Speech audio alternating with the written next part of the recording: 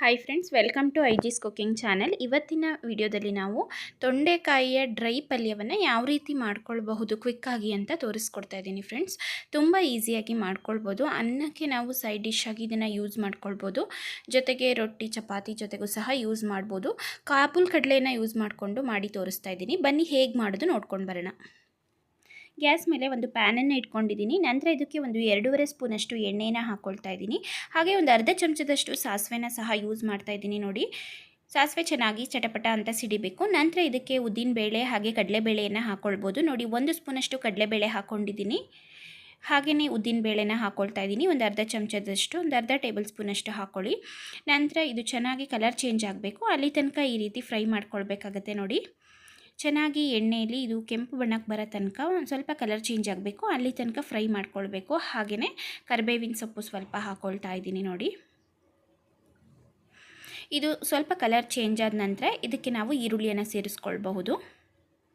ನೋಡಿ, 1 ಬೌಲಷ್ಟು ಈರುಳ್ಳಿಯನ್ನು ಹಾಕ್ಕೊಂಡಿದ್ದೀನಿ. 1 ಈರುಳ್ಳಿಯನ್ನು ಕಟ್ ಮಾಡಿ ಹಾಕ್ಕೊಂಡಿದ್ದೀನಿ. ನೋಡಿ, ಈರುಳ್ಳಿನೂ ಸಹ ಚೆನ್ನಾಗಿ ಫ್ರೈ ಆಗಬೇಕು. ತುಂಬ ಈಸಿಯಾಗಿ ಬೇಗ ಮಾಡ್ಕೊಳ್ಬೋದು ಫ್ರೆಂಡ್ಸ್. ನೋಡಿ, ಅರಿಶಿನ ಒಂದು ಅರ್ಧ ಚಮಚದಷ್ಟು ಹಾಕ್ಕೊಂಡಿದ್ದೀನಿ. ರೊಟ್ಟಿ ಚಪಾತಿಗೆಲ್ಲ ತೊಂಡೆಕಾಯಿ ಪಲ್ಯ ತುಂಬಾ ಚೆನ್ನಾಗಿರುತ್ತೆ. ಅದು ಡ್ರೈಯಾಗಿ ಮಾಡ್ಕೊಂಡಂತೂ ತುಂಬಾ ಚೆನ್ನಾಗಿರುತ್ತೆ.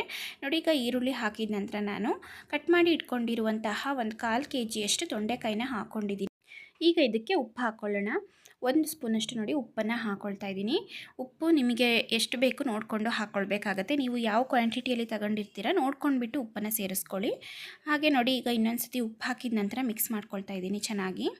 ನೀರು ಆದಷ್ಟು ಕಡಿಮೆ ಯೂಸ್ ಮಾಡಿ, ಯಾಕಂದರೆ ಇಲ್ಲಿ ಡ್ರೈ ಪಲ್ಯವನ್ನು ಮಾಡ್ತಾ ಇರೋದ್ರಿಂದ ನೀರು ಜಾಸ್ತಿ ಹಾಕ್ಕೊಳ್ಬಾರ್ದು. ನಿಮಗೆ ಗ್ರೇವಿ ಟೈಪ್ ಬೇಕು ಅಂದರೆ ನೀರು ಯೂಸ್ ಮಾಡ್ಕೊಳ್ಳಿ. ನಾನು ಚಿಕ್ಕ ಲೋಟದಲ್ಲಿ ಒಂದು ಅರ್ಧ ಲೋಟದಷ್ಟು ನೀರನ್ನು ಹಾಕ್ಕೊಂಡಿದ್ದೀನಿ. ನೋಡಿ, ಈಗ ಕಾಬೂಲ್ ಕಡಲೆ ನೆನೆಸಿಟ್ಕೊಂಡಿದ್ದೆ, ಅದನ್ನು ಹಾಕ್ಕೊಳ್ತಾ ಇದ್ದೀನಿ. ಇದನ್ನು ಸಹ ಚೆನ್ನಾಗಿ ಮಿಕ್ಸ್ ಮಾಡ್ಕೊಳ್ಳೋಣ. ಇದು ಮಿಕ್ಸ್ ಆದ ನಂತರ ಇದಕ್ಕೆ ಲಿಡ್ಡನ್ನು ಕ್ಲೋಸ್ ಮಾಡಿಕೊಂಡು ನಾವು ಕುಕ್ ಮಾಡ್ಕೊಳ್ಬೇಕಾಗತ್ತೆ. ನೋಡಿ, ಇದನ್ನು ಒಂದು 15 ನಿಮಿಷಗಳ ಕಾಲ ನಾನು ಲಿಡ್ ಕ್ಲೋಸ್ ಮಾಡಿಕೊಂಡು ಚೆನ್ನಾಗಿ ಕುಕ್ ಮಾಡ್ಕೊಳ್ತಾ ಇದ್ದೀನಿ. ಅಷ್ಟರಲ್ಲಿ ಇದಕ್ಕೆ ಬೇಕಾಗಿರೋಂಥ ಮಸಾಲೆ ಒಂದನ್ನು ರೆಡಿ ಮಾಡ್ಕೊಬರೋಣ ಬನ್ನಿ.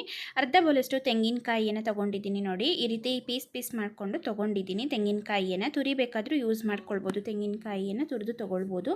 ಒಂದು 4 ಹಸಿರು ಮೆಣಸಿನಕಾಯಿನ ಈ ರೀತಿ ತೊಗೊಂಡಿದ್ದೀನಿ. ನೋಡಿ, ಹಾಗೆಯೇ ಇದಕ್ಕೆ ನಾವಿಲ್ಲಿ ಸಾಸಿವೆನ ಸಹ ಸೇರಿಸ್ಕೊಳ್ಬೇಕು. ನಾನಿಲ್ಲಿ ಒಂದು ಅರ್ಧ ಸ್ಪೂನಷ್ಟು ಸಾಸಿವೆ ಸೇರಿಸ್ಕೊಳ್ತಾ ಇದ್ದೀನಿ. ಹಾಗೆಯೇ ಜೀರಿಗೆನ ಸಹ ಸೇರಿಸ್ಕೊಳ್ತಾ ಇದ್ದೀನಿ. ನೋಡಿ, 1 ಟೀ ಚಮಚದಷ್ಟು. ಇದಿಷ್ಟನ್ನು ಸಹ ನಾವು ಚೆನ್ನಾಗಿ ಗ್ರೈಂಡ್ ಮಾಡಿಕೊಂಡು ತೊಗೊಳ್ಬೇಕಾಗತ್ತೆ. ನೋಡಿ, ಇದನ್ನು ಗ್ರೈಂಡ್ ಮಾಡುವಾಗ ನಾನು ನೀರನ್ನು ಯೂಸ್ ಮಾಡಿಲ್ಲ ಫ್ರೆಂಡ್ಸ್. ನೋಡಿ, ಈ ರೀತಿ ತರಿಯಾಗಿ ಗ್ರೈಂಡ್ ಮಾಡಿ ತೊಗೊಂಡಿದ್ದೀನಿ. ಈ ರೀತಿ ಮಾಡ್ಕೊಳ್ಳೋದ್ರಿಂದ ನಾವು ತಿನ್ನುವಾಗಲೂ ಸಹ ಬಾಯಿಗೆ ನಮಗೆ ತುಂಬಾ ಚೆನ್ನಾಗಿ ಸಿಗುತ್ತೆ. ಅದು ತರಿಯಾಗಿ ಕಾಯಿ ತುರಿ. ಹಾಗಾಗಿ ಈ ರೀತಿ ಮಾಡಿ ತೊಗೊಳ್ಬೇಕಾಗತ್ತೆ. ನೋಡಿ, ಈಗ ನಾನು ಲಿಡ್ನ ಓಪನ್ ಮಾಡಿ ಇನ್ನೊಂದು ಸತಿ ನೀಟಾಗಿ ಕುಕ್ ಆಗಿದೆಯಾ ಅಂತ ಚೆಕ್ ಮಾಡ್ಕೊಳ್ತಿದ್ದೀನಿ. ಈಗ ತೊಂಡೆಕಾಯಿ ಹಾಗೂ ಕಾಬೂಲ್ ಕಡಲೆ ಚೆನ್ನಾಗಿ ಕುಕ್ ಆಗಿದೆ. ಒಂದು 15 ನಿಮಿಷಗಳ ಕಾಲ ನಾನು ಚೆನ್ನಾಗಿ ಇದನ್ನು ಕುಕ್ ಮಾಡಿ ತೊಗೊಂಡಿದ್ದೀನಿ. ನಂತರ ಈಗ ನಾನು ಮಿಕ್ಸಿಯಲ್ಲಿ ರೆಡಿ ಮಾಡ್ಕೊಂಡಿರುವಂತಹ ಮಿಶ್ರಣ ಏನಿದೆ ಅದನ್ನು ಹಾಕ್ಕೊಳ್ತಾ ಇದ್ದೀನಿ. ನೋಡಿ, ಇದನ್ನು ಹಾಕ್ಕೊಂಡು ನೀಟಾಗಿ ಇದನ್ನು ಇನ್ನೊಂದು ಸರಿ ಮಿಕ್ಸ್ ಮಾಡ್ಕೊಳ್ಬೇಕು. ಈ ರೀತಿಯಲ್ಲಿ ತುಂಬ ಟೇಸ್ಟಿಯಾಗಿ ನಾವು ಈ ಪಲ್ಯವನ್ನು ರೆಡಿ ಮಾಡ್ಕೊಳ್ಬೋದು. ಹಾಗೆ ಬೇಗ ಕ್ವಿಕ್ಕಾಗಿ ಸಹ ಮಾಡ್ಕೊಳ್ಬೋದು ಫ್ರೆಂಡ್ಸ್. ತುಂಬ ಚೆನ್ನಾಗಿರುತ್ತೆ ಪಲ್ಯ. ರೊಟ್ಟಿ ಚಪಾತಿ ಹಾಗೆ ಅನ್ನಕ್ಕೂ ಸಹ ನಾವು ಸೈಡ್ ಡಿಶ್ ಆಗಿ ಯೂಸ್ ಮಾಡ್ಕೊಳ್ಬೋದು. ಖಂಡಿತವಾಗ್ಲೂ ಮನೇಲಿ ಒಂದು ಸರಿ ಟ್ರೈ ಮಾಡಿ. ಈಗ ಇದಕ್ಕೆ ಉಪ್ಪನ್ನು ಸೇರಿಸ್ಕೊಳ್ತಾ ಇದ್ದೀನಿ. ಒಂದು ಅರ್ಧ ಚಮಚದಷ್ಟು ಉಪ್ಪನ್ನು ಹಾಕ್ಕೊಂಡಿದ್ದೀನಿ. ನೋಡಿ, ಉಪ್ಪು ಹಾಕಿದ ನಂತರ ಒಂದು ಸರಿ ಚೆನ್ನಾಗಿ ತಿರುಗಿಸ್ಕೊಳ್ಳೋಣ. ಇದನ್ನು ಹಾಕಿದ ನಂತರ ನಾವು ಮಿಕ್ಸಿಯಲ್ಲಿ ರುಬ್ಬಿದಂತಹ ಮಿಶ್ರಣ ಏನಿತ್ತು ಅದನ್ನು ಹಾಕಿದ ನಂತರ ಒಂದು 5 ನಿಮಿಷಗಳ ಕಾಲ ನಾವು ಮತ್ತೆ ಈ ರೀತಿ ಕುಕ್ ಮಾಡ್ಕೊಳ್ಬೇಕಾಗತ್ತೆ. ನೋಡಿ, ಈ ರೀತಿ ಒಂದು 5 ನಿಮಿಷ ಆಗಿದೆ. ನಂತರ ಇದನ್ನು ನಾನು ಓಪನ್ ಮಾಡ್ತಾಯಿದ್ದೀನಿ. ಈಗ ನಮಗೆ ಬೇಕಾಗಿರುವಂತಹ ಪಲ್ಯ ರೆಡಿಯಾಗಿದೆ ಫ್ರೆಂಡ್ಸ್. ನೋಡಿ, ತುಂಬ ಟೇಸ್ಟಿಯಾಗಿ ಈ ಒಂದು ತೊಂಡೆಕಾಯಿ ಡ್ರೈ ಪಲ್ಯವನ್ನು ನಾವು ಮಾಡ್ಕೊಳ್ಬೋದು.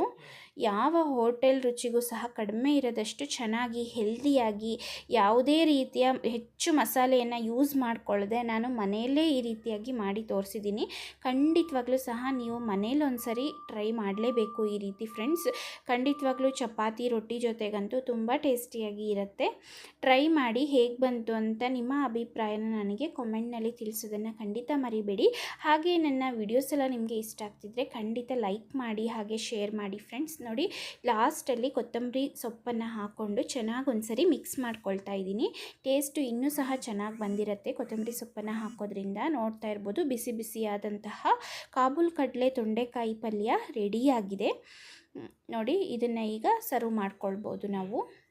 ಇದೇ ರೀತಿಯ ಇನ್ನಷ್ಟು ರೆಸಿಪಿಗಳನ್ನ ನೀವು ತುಂಬ ಸುಲಭವಾಗಿ ತುಂಬ ಬೇಗ ಮಾಡೋದನ್ನು ಕಲಿಬೇಕು ಅಂತ ಅಂದರೆ ದಯವಿಟ್ಟು ಚಾನಲನ್ನು ಸಬ್ಸ್ಕ್ರೈಬ್ ಮಾಡೋದನ್ನು ಮರಿಬೇಡಿ ಫ್ರೆಂಡ್ಸ್. ಹಾಗೆಯೇ ಈ ಒಂದು ವಿಡಿಯೋ ನಿಮಗೆ ಇಷ್ಟ ಆಗಿದೆ ವಿಡಿಯೋವನ್ನು ತಕ್ಷಣ ಲೈಕ್ ಮಾಡಿ ಶೇರ್ ಮಾಡಿ. Thank you.